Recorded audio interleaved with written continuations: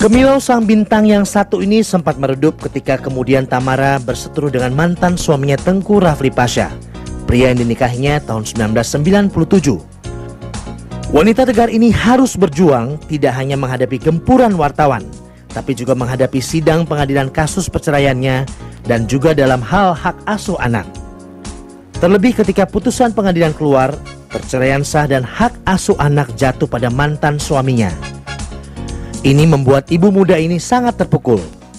Dan dengan status sendirinya, Tamara sempat menghilang dari dunia hiburan tanah air. Namun kini, Tamara siap kembali dan mengisi hari-hari barunya dengan semangat hidup yang lebih baik.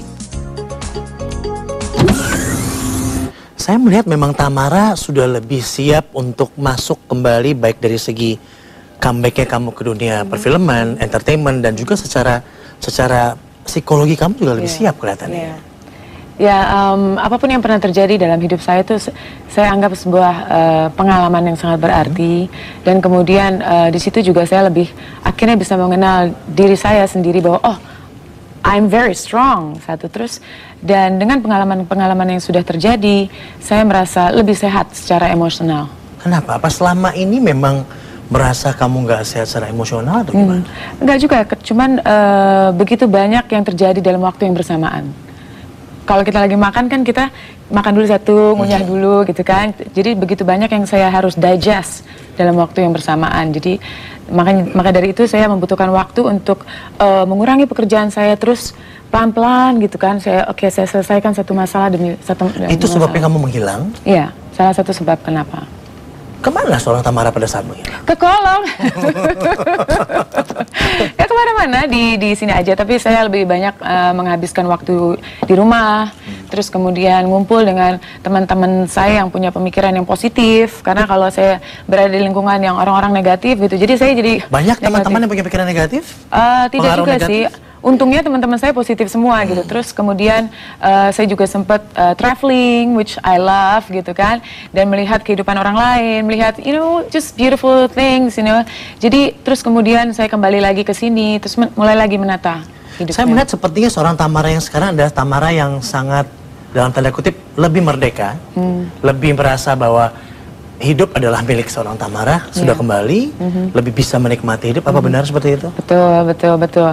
Kalau dulu pernah saya merasa saya tuh sedih terus, bangun pagi saya sedih gitu, terus aduh gini bagaimana saya bisa selesai gitu. Terus tiba-tiba akhirnya saya mikir gitu, loh, life is a celebration, hidup adalah sebuah perayaan, bukan proses kematian. So then I decided, okay, I'm gonna wake up every morning I'm gonna wake up, saya cuma punya dua pilihan, mau sedih apa mau happy, and I choose to be happy until now. Seberapa lama sedihnya kamu itu akibat apa? Akibat semua akumulatif, semua proses yang pernah kamu alamin semua? Yang pasti sih sedih ya, karena perceraian itu adalah sesuatu yang menyedihkan, bukan sesuatu yang sempat terbayang bahwa kamu akan pernah mengalaminya? Tidak, karena saya rasa juga setiap sebagian besar orang, termasuk saya juga bukan ingin menikah untuk bercerai gitu. Tetapi memang hal itu sudah terjadi dan memang mestinya terjadi. Dan pada saat itu memang sudah merupakan keputusan yang tepat. Tapi prosesnya memang lama ya, Tam? Lama gitu. Hampir 2 tahunan lebih ya? Masalah proses menuju ke perceraiannya sendiri ya? Nah, hubungan dengan mantan suami bagaimana dong sekarang? Baik aja, baik. Cuman memang kita belum bisa komunikasinya jarang ya, frekuensinya jarang berkomunikasi, tapi ya baik. Rasha bagaimana? Rasha baik. Berapa lama kamu sempat ketemu Rasha?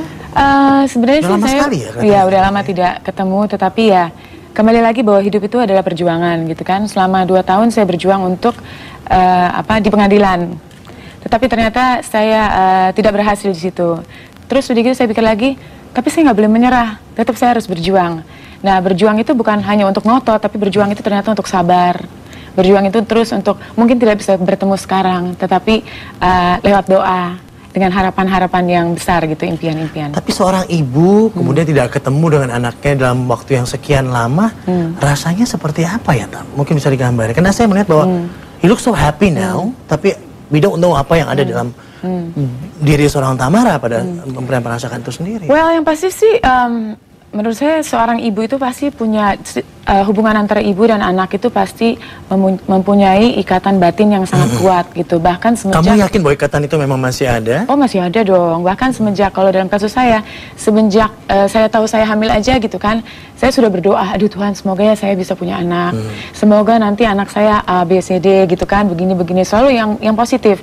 Dan kemudian begitu tahu hamil, ini maksudnya ikatan sudah terjalin bahkan sebelum anak tersebut ada di janin. Dan begitu udah hamil juga kan, kita sebagai ibu makan yang dianjurkan dari dokter, minum susu, terus nggak boleh terlalu capek dan sebagainya. Jadi ikatan seperti itu sebenarnya sudah sangat kuat gitu, dan terjalin itu bahkan sebelum kehamilan itu terjadi. Jadi saya yakin banget bahwa ikatan itu akan terus ada. Saya pernah mendengar kalau nggak salah pada saat ulang tahun Rasya ya, Tamara sempat mengirimkan kado ulang tahun ya.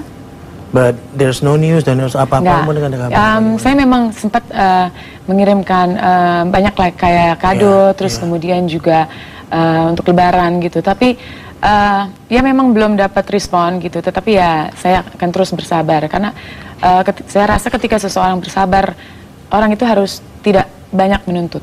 Jadi ya bersabar. Jadi dalam hidup memang tidak harus terlalu banyak menuntut. Karena itu termasuk dari bagian dari perjuangan hidup juga gitu. Gampang tidur malam?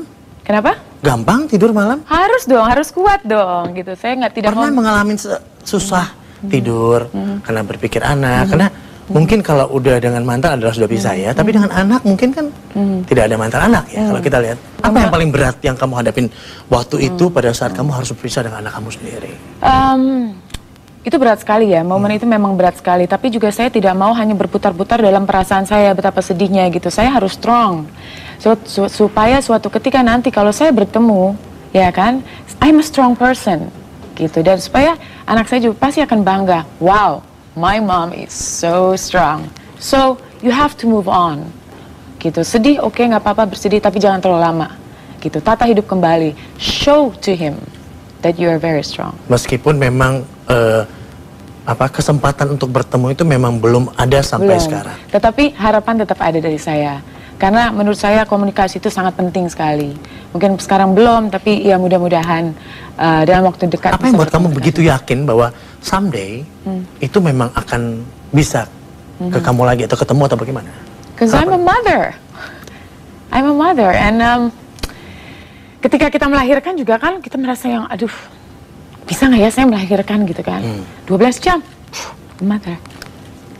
Tapi untuk membuat jadi sedih, untuk membuat hubungan itu sendiri dengan anak menjadi lebih qualified atau lebih bagus karena buat saya kalau frekuensi itu ketemu tuh nggak ada satu batasan-batasan untuk nggak bisa ketemu. Gimana ya maintain itu ya, Tam?